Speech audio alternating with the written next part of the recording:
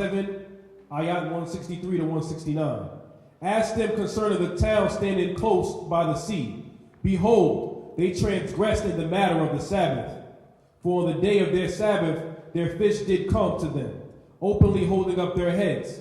But on the day they had not, or on the day they had no Sabbath, they came not. Thus did we make a trial of them, for they were given to transgression.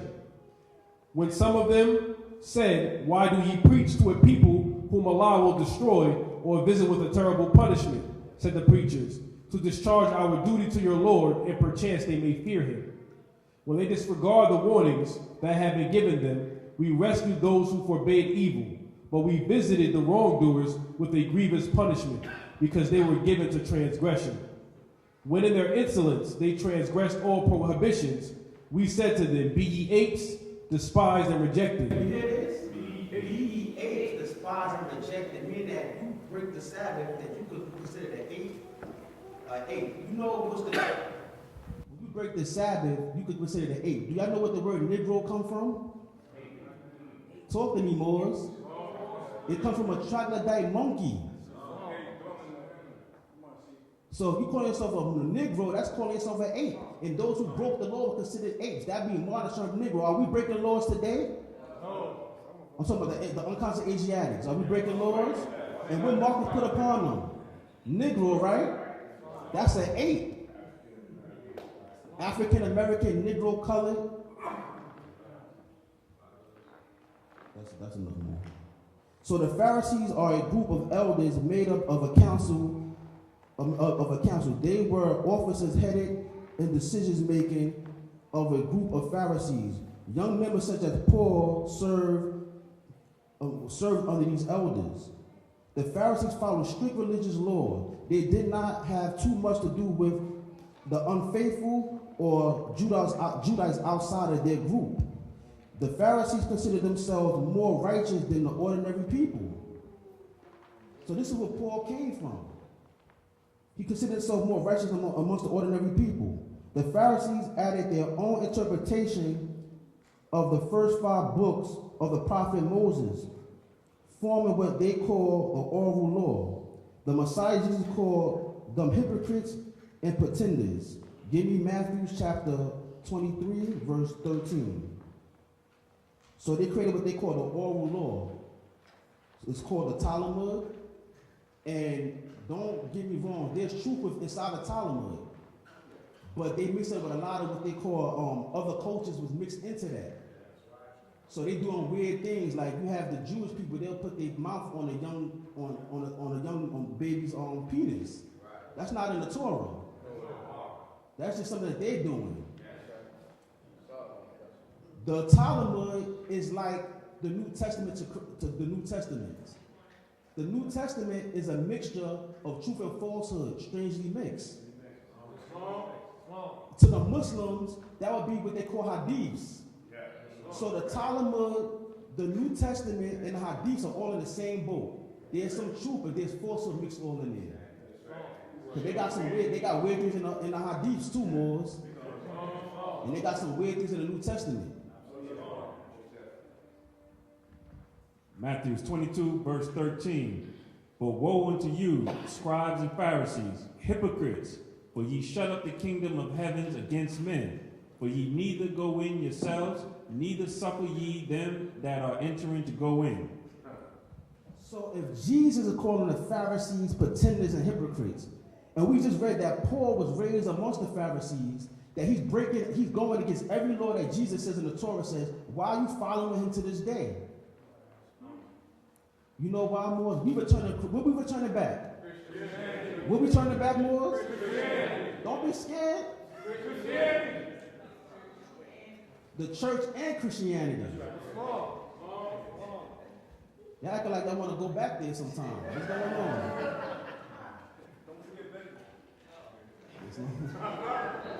and Becky. The more times to go over everybody, we come here, Becky, we gonna look at you funny. We're gonna look at you funny.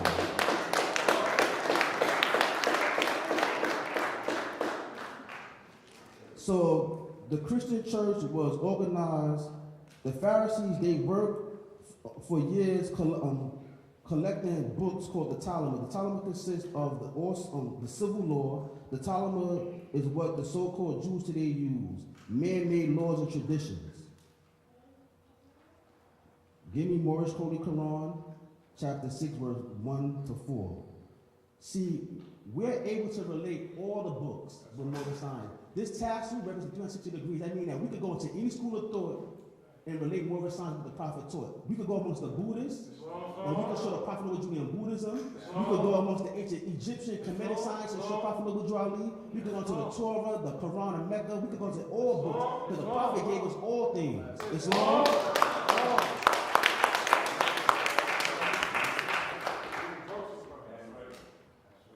Chapter 6, Life and Works of Jesus in India among the Muslims.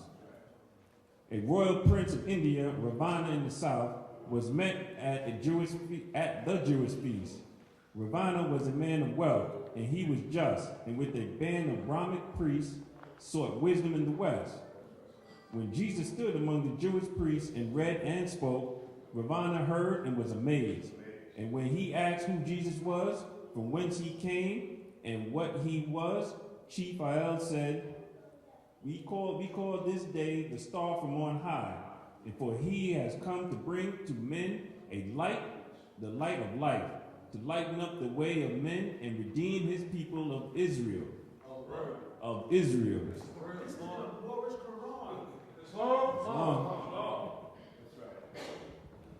So, is this demonstration wrong because we invited our brothers from the Kingdom of Yah to come here, to come together?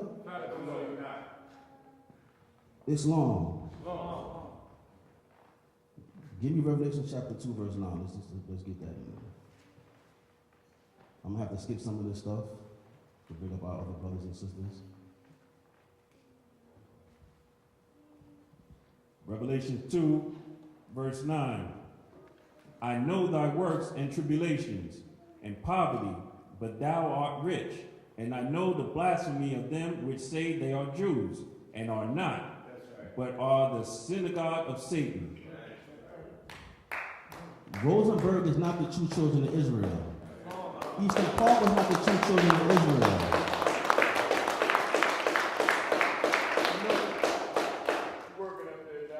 Islam. So we're going to go into a couple of contradictions of Paul, and I'm going to work my way out. So Paul contradicts himself. If you read Acts chapter 9, verse 3 to 9, he talks about on Damascus, he puts allegedly saw Jesus Christ. This is after Jesus' so-called crucifixion. He puts the met Paul puts the met Jesus. Now this is what we follow, right, in church. Give me verse 4. Acts, book 9, verse 4. Pay attention to this. I'm going to show you the contradictions in Paul. And after this, we're going to have to throw Paul in the garbage. That's long. And he fell to the earth and heard a voice saying unto him, Saul, Saul, why persecutest thou me? So here, he fell to the earth. He fell to the earth. Islam? Read verse 7. Verse 7. And the men which journeyed with him stood speechless, hearing a voice, but seeing no man.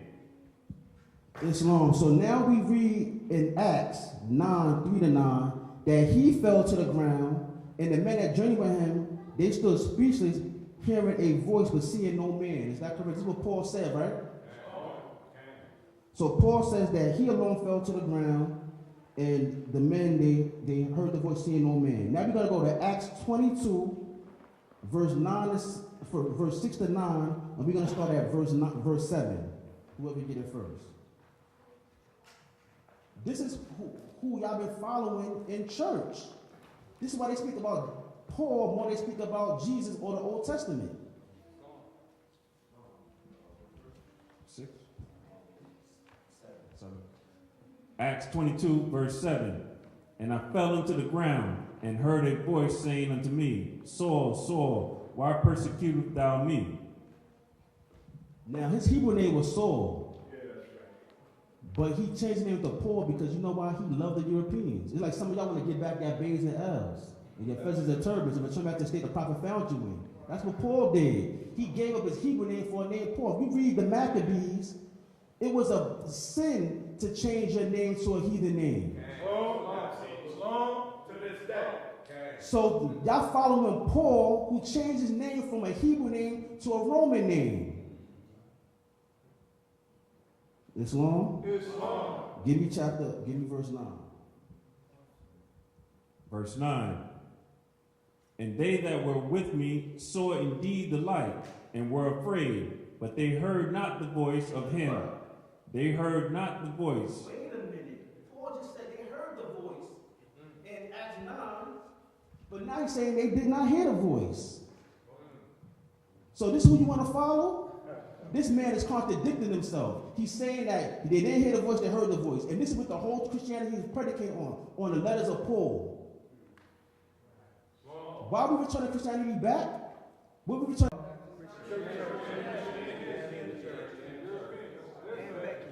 Don't be mad. People think that we weird because we say Islam and we got names like Amir and Kareem and Israel and we wear feathers and turbans and we wear tzitzis and we don't eat pork and we face the East and all these different things. No, you're weird if you're not doing this.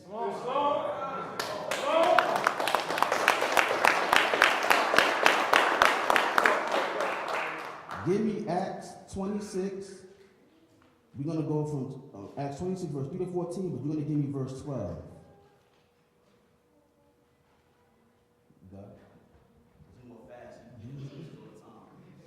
Acts 26, verse 12.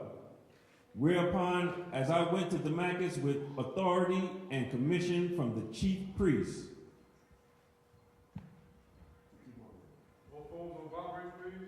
At midday, O King, I saw in the way a light from heaven, above the brightness of the sun, shining round about me and them which journeyed with me. And when we were all fallen to the earth, How many fell to the earth in this world? Oh. Did he say before it was just him? Yeah. But this is who you want to follow. So we return Christianity back because Paul, who's the Christianity is predicated on, he's contradicting himself. He's lying. And this is what they use to validate that Paul became an apostle of Jesus because he met him on Damascus. But he's not even telling the account story. Imagine he was in a court of law. If he was in a court of law, what would happen to him? So we got to return Christianity back. We ain't following Paul. So after this day, I think I need to put Paul in the garbage.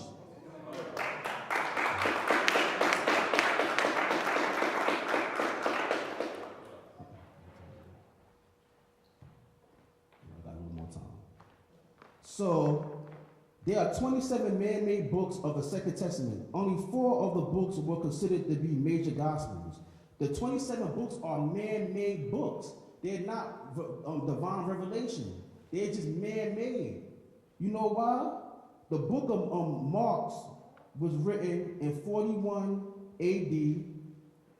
Matthew. Mark was written in 65 AD. Luke was written in 68 AD. And the book of John was written in 96 AD. Do you know that Mark and Luke was not even apostles or disciples of Jesus?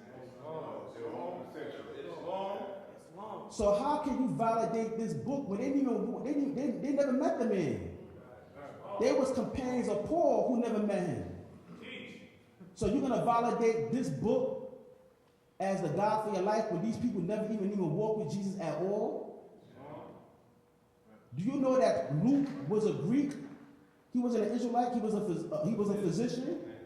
He wasn't even an Israelite.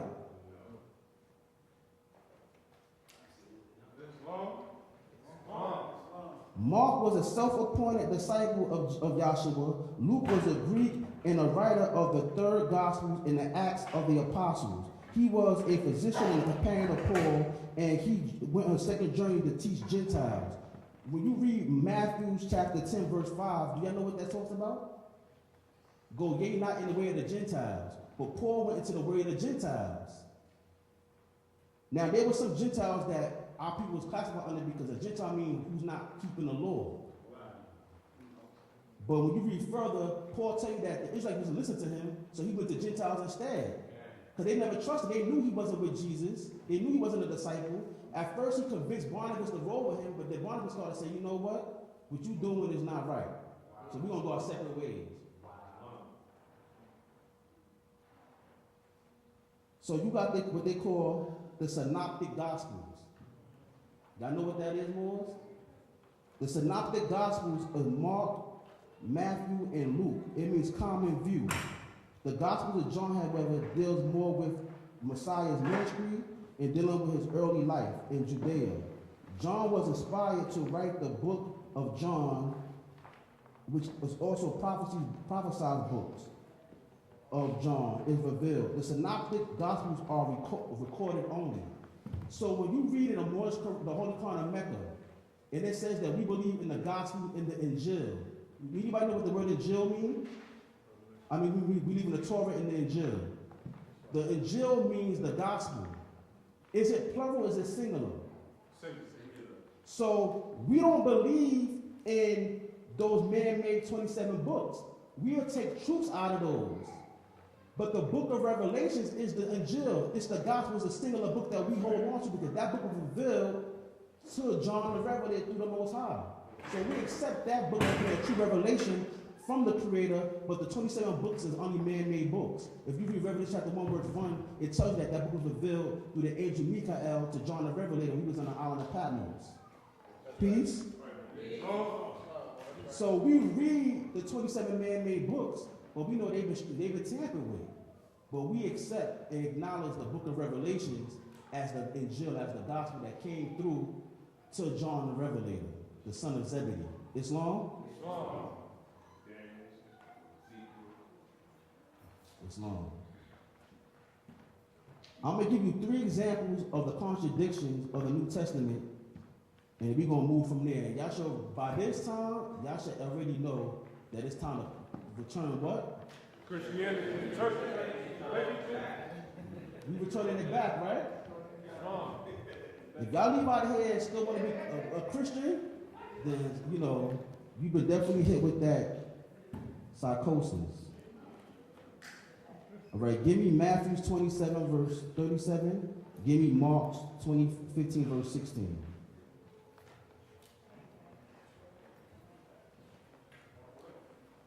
And 15, verse 26. Matthew, book 27, verse 37. And set up over his head his accusation written, "This is Jesus, King of the Jews." Now hear what that say, right? Let's see what Mark said.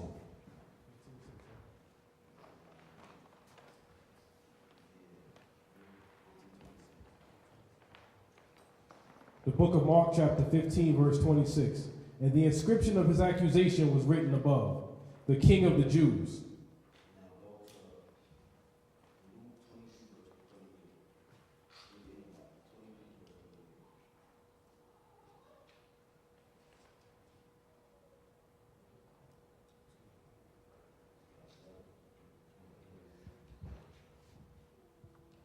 Luke, verse, is it 23? Book 23, verse 38. And a superscription also was written over him in letters of Greek and Latin and Hebrew. "This is the King of the Jews."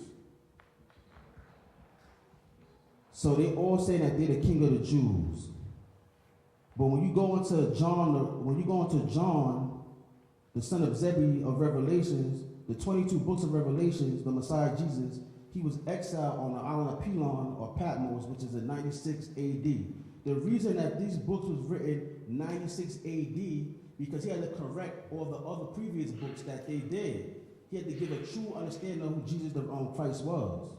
Now, when you read the angelic being, Michael, he comforted the prophet Daniel, as well as he comforted John. I'm not going to go through all of these because we don't got time, but if you read Daniel chapter 10, verse 9 to 12, and read Revelation chapter 1, verse chapter 1, verse 17. I'm going to just show the correspondence to Daniel in the book of Revelations.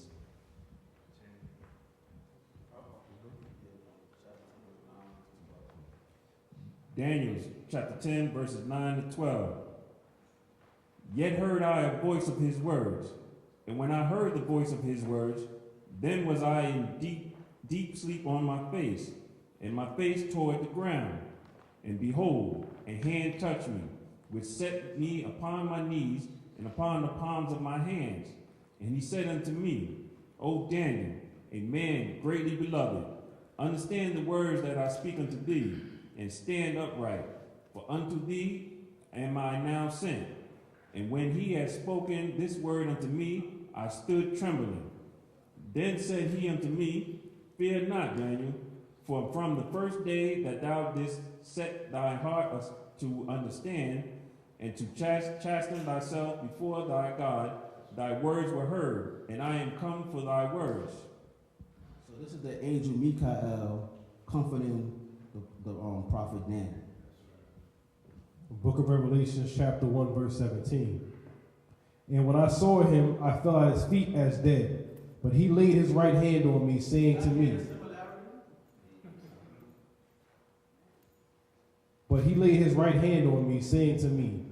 Do not be afraid. I am the first and the last. It corresponds with one another. Now we're going to drop down. I'm about to give y'all a jewel that I don't know if any more has ever broke this down before. I'm about to go into two things, and I'm going to close out. You got the question there?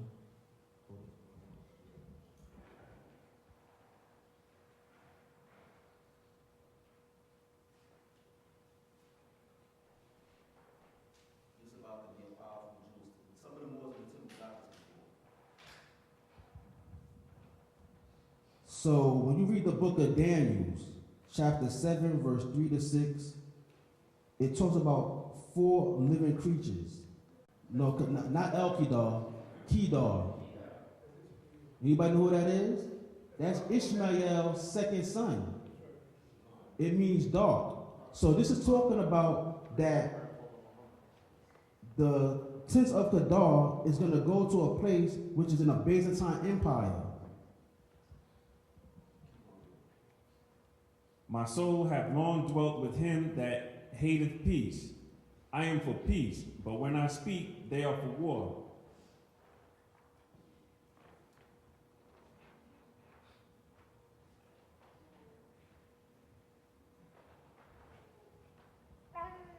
It's long. So during the time of Muhammad, there was 2 factions of Rome. One was led by the Pope, who led and ruled in Rome, and the other was led by Constantine. Islam? Even when most of the Arab countries were controlled by the Romans, the Muslim Moors, children of Kedar, fulfilled the first prophecy when the Sultan Muhammad II conquered the Roman Empire in 1453 AD. So when you read these tents of Kedar, these children of the descendants of Ishmael, they were coming to conquer Roman, the Byzantine Empire. You got it? I'm just going to read this last part. It's a couple of different things, whatever, but I got this off Wikipedia. It says, most reference books since Flavius Josephus generally identify Meshach in Ezekiel's time as an area in modern Turkey. It's long. So that's modern Turkey. So we read the prophet, he said in 1453, the head of Satan was taken off in part by who? Muhammad. In what year? And where is that? Where's that at? Is that Turkey? So this prophesizing that Muhammad, the son of Ishmael, the son of Kedar, is going to come and conquer the Roman Empire. Islam? I don't think y'all understand me. The prophet Nogadrini put this in the 101s, but you can find this correlated with scripture that Muhammad is going to come and conquer the Byzantine Empire in 1453, which is in the Psalms, Revelation chapter, Psalms 122. Y'all got me? We're going to read it again. We're going to read it again.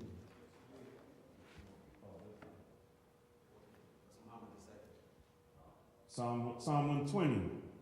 In my distress I cried unto the Lord, and he heard me. Deliver my soul, O Lord, from lying lips and from a deceitful tongue. What shall be given unto thee? Or what shall be done unto thee, thou false tongue? Sharp arrows are mighty with coals and juniper. Woe is me that I sojourn in Meshach, that I dwell. You know what Meshach is now, right? That's Turkey, right? Islam. That's the Empire, right? Islam. That I dwell in the tents of Kedar. You know who Kedar is, right? The second son of Ishmael.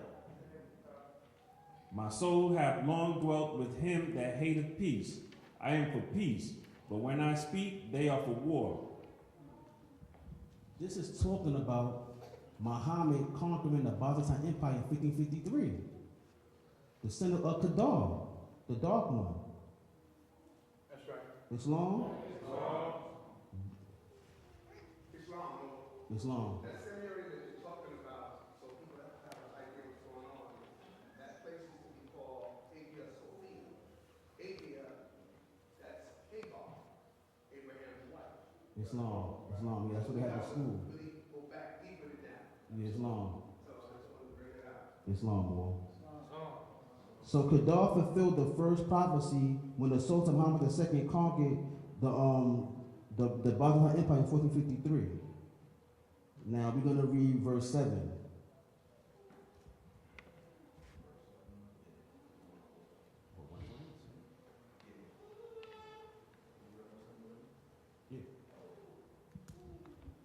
So we agree that the Roman Church has spread lies of deceit throughout the world, right? Now, have you ever read about and heard about that Muhammad would learn from a Roman Christian and that Islam was the result of the Catholic Church? Anybody ever heard this before? Islam. And that we really Christians Islam. Even though Islam means peace and goes back from the beginning, because you can't trace the origin of peace. If I say Islam, boys, what I'm saying? Peace. If I say Shalom, what I'm saying? Peace. So we say the same thing. If I say tomato, we're going to argue because I'm saying tomato. So they want to say that Islam started from the Catholic Church. You know where this started from? This lie? Ask somebody to give you a primary source where if Islam started from the Roman Catholic Church. Show them a primary source. This lie started by Roman Catholic Church. His name was Alberto Rivera. In a comic book. A comic book. This is where they're saying that this whole lie about Islam started from the Roman Catholic Church. Their primary source is a comic book that was published in 1988 by Shiek Publishing. So now, if anybody want to tell you that Islam started from some Roman Catholic Church and that we some Christians and that it was some big conspiracy that was created, it came from a comic book, Moors. This is your defense when you want to defend your creed, when you want to defend Shalom, when you want to defend Islam. It did not come from no Roman Catholic Church. This came from we disagree that the Romans are liars, right? They went through the earth seeking a lie who they may devour. So now we're going to believe Alberto Rivera, who was a Roman priest, that Islam came from them in a comic book? Islam? From a comic book, man. I'm going to close out with these little things. Give me Psalms 119, verse 165, and give me the Holy Quran of Mecca.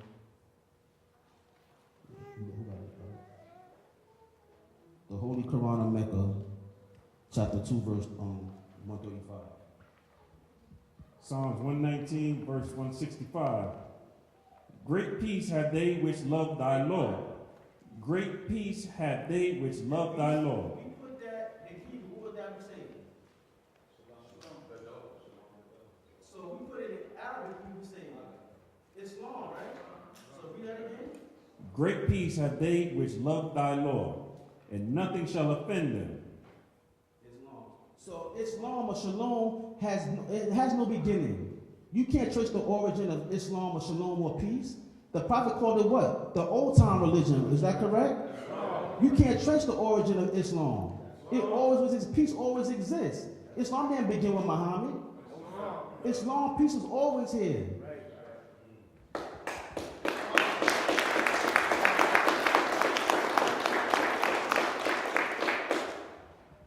The Quran of Mecca, Surah 2, Ayat 135. They say, become Jews or Christians if ye would be guided to salvation. Say, nay, I would rather the religion of Abraham, the true, and he joined not gods with Allah. Say that again. Read that again. Islam. My Hebrew brothers, do y'all follow the Prophet Abraham? Absolutely. My Moorish brothers, Islamic brothers, do you follow the Prophet Abraham? Is it an issue? No. Yo, we the two arms of the same body. Islam. The two arms of the same body. So to this day forward, we're not going to be divided no more. As we say our brother say Shalom, we say Islam.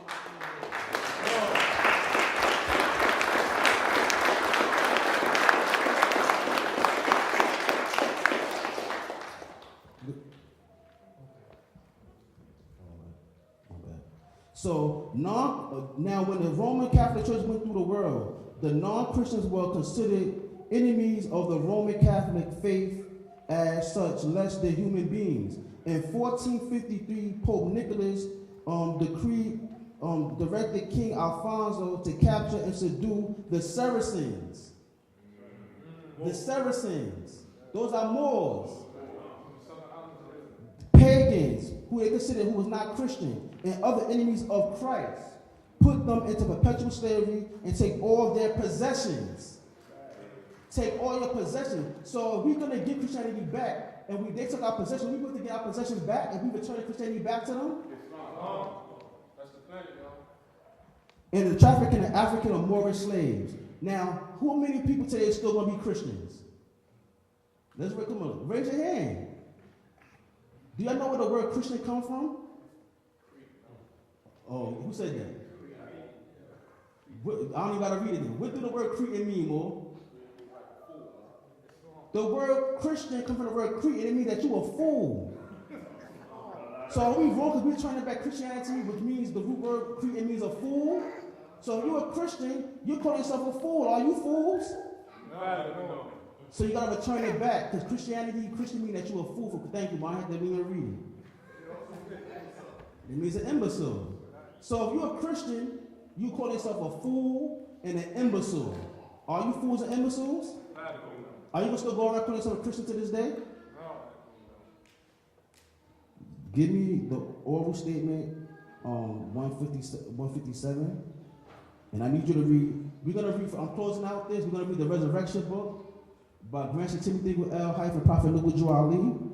We recommend for all Moors to get this book. This book is, I got this book when I was young. I could not understand this book for nothing.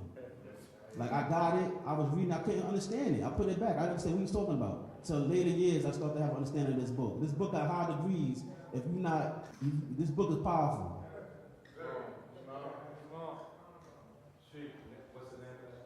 It's called the Resurrection Book, or the Most High Temple, by T.SADAT, which is our lineage come from Grand Sheik T.SADAT. At the oral statement, 157, the Holy Prophet said, I am a general as well as a prophet. I was Muhammad. I was Muhammad. Muhammad defeated the Roman Empire. When I conquered Rome, we went in with the sword. You could hear the sword swinging. I cut the head of Rome off, pulled down the flags, sent letters to the other European governments, and asked them, was I right? They said, yes, Muhammad, you are right. Just let us have a place to live. The Holy Prophet said, I went into Rome with 72,000 men. But when I ran out of men, I reached down and picked up a handful of sand. I threw it up in the air, and when it came down, there were soldiers seated on camels. Islam? The Prophet Noble Ali is Prophet Muhammad come back. Islam? When Muhammad the conqueror, Muhammad II conquered the Roman Empire in part, the Prophet Noble Ali, he defeated Rome. He defeated Rome because he made us a nation. So y'all sitting here being complacent. We already got the government.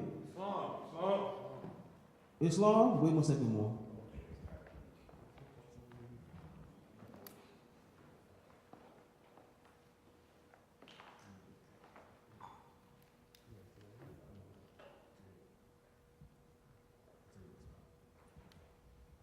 Islam. It's an excerpt out of the Resurrection book.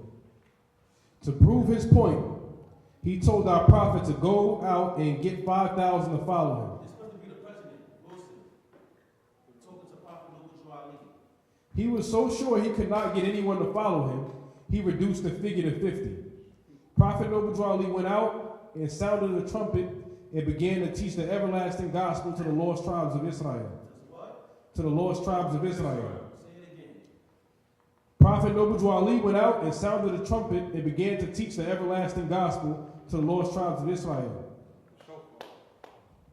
Islam was. So, if the prophet, Grand Sheik K, Prophet Ali, talked about that the prophet can lost children of Israel, how can we reject that? This is why we have to bring us together. We share the same bloodline, we share the same family, and we're going to continue to build from this and build more.